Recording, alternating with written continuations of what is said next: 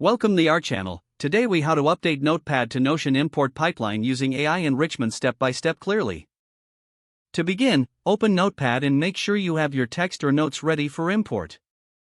Next, prepare your Notion environment by logging into your Notion account. Create a new page in Notion where you want to import your notes.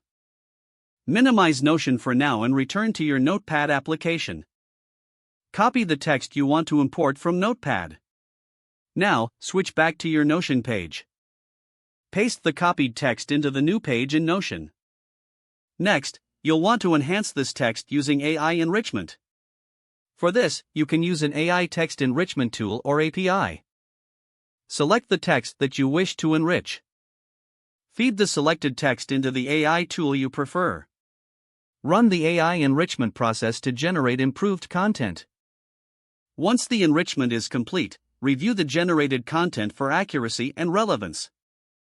Copy the enriched text from the AI tool. Return to your Notion page. Replace the original text with this enriched content.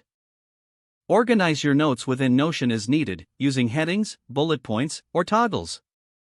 Use Notion's database feature if you wish to categorize your enriched notes. Make sure to format your notes for clarity and easy navigation. Finally, review your new Notion page to ensure everything appears as desired. Your Notepad notes are now successfully updated and enriched in Notion. If the page does not load, refresh the browser or try again in a private or incognito window. Make sure you are using the correct email address, then retype it carefully to avoid small typos. If your password is not accepted, use the reset option and create a new strong password you can remember.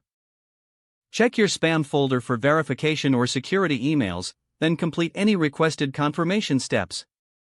Enable two-factor authentication if available to improve account security and reduce unauthorized access risk. After signing in, review your profile details so your contact information and settings are accurate and current. If you see an error message, note it down and try again after restarting your device and internet connection.